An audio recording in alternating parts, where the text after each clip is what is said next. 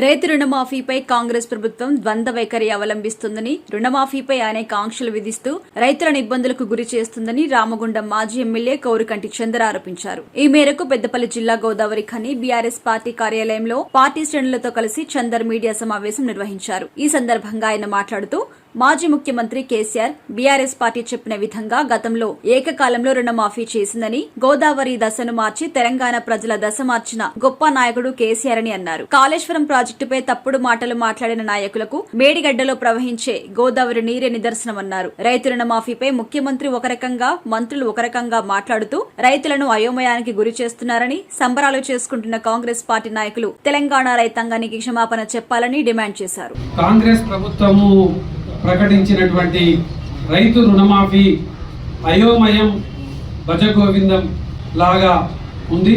CM గారు రేవంత్ రెడ్డి గారు ఒకే దఫలో రుణమాఫీ చేస్తున్నామని చెప్తారు, మంత్రులేమో 3 దఫాలుగా చేస్తున్నామని అంటారు.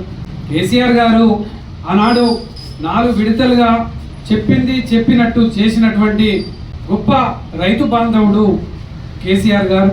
రైతు బంధు 700 కోట్ల రూపాయలను ఆనాడు డిసెంబర్లో ఎలక్షన్ కోడ్ సందర్భంగా వీళ్ళే ఎన్నికల కమిషన్ కు చెప్పి ఆపించి ఆ 700 కోట్ల రూపాయలను ఇప్పటి వరకు రైతు భరోసా ఇస్తామని ఇవ్వనటువంటి యొక్క మోసం పూరితమైనటువంటి మాటలు మాట్లాడి అబద్ధాల ప్రచారంతో అధికారంలోకి వచ్చినటువంటి యొక్క కాంగ్రెస్ పార్టీ రైతులకు ఇస్తాన్న బోనస్ ఇవ్వడం లేదు, రైతులకు ఇస్తాన్న భరోసా ఇవ్వడం లేదు, కౌలు రైతులకు ఇవ్వడం లేదు.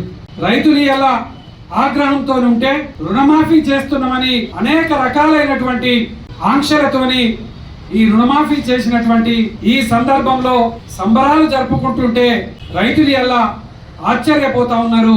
కేసీఆర్ గారికి కాళేశ్వరం ప్రాజెక్టు కడితే భారతదేశ ప్రపంచ దేశాలన్నీ కూడా మన వైపు చూసి తూర్పున వెళ్తున్నటువంటి నీళ్లను పడమర దిశగా ప్రవహించే విధంగా చేసి దిశను మార్చి తెలంగాణ ప్రజల దశను మార్చినటువంటి కేసీఆర్ గారి నాయకత్వాన్ని పలుచన చేయడం కోసం కాళేశ్వరం ప్రాజెక్టు కూలిపోయింది, కోట్ల రూపాయలు నీళ్లలో పోసినట్టే అయిందని అబద్ధపు ప్రచారాలు చెప్పినటువంటి యొక్క కాంగ్రెస్ పార్టీ మోసపూరితమైనటువంటి మాటలు మాట్లాడింది అనేది ఇలా ప్రజలకు అర్థమైపోయింది.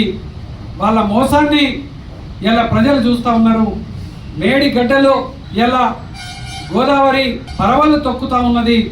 గొప్పగా ఉన్నటువంటి ఈ యొక్క సందర్భం చూస్తూ ఉంటే రైతులందరూ కూడా సంతోషంతో సంబరాలు చేసుకుంటున్నటువంటి ఈ సందర్భంగా రైతులకు మోసం చేసి రైతులను వంచినటువంటి ఈ కాంగ్రెస్ ప్రభుత్వం, ముఖ్యమంత్రి రేవంత్ రెడ్డి గారు ఈ సంబరాలు జరుపుకుంటున్నటువంటి ఎమ్మెల్యేలు రైతులకు క్షమాపణ చెప్పాలి.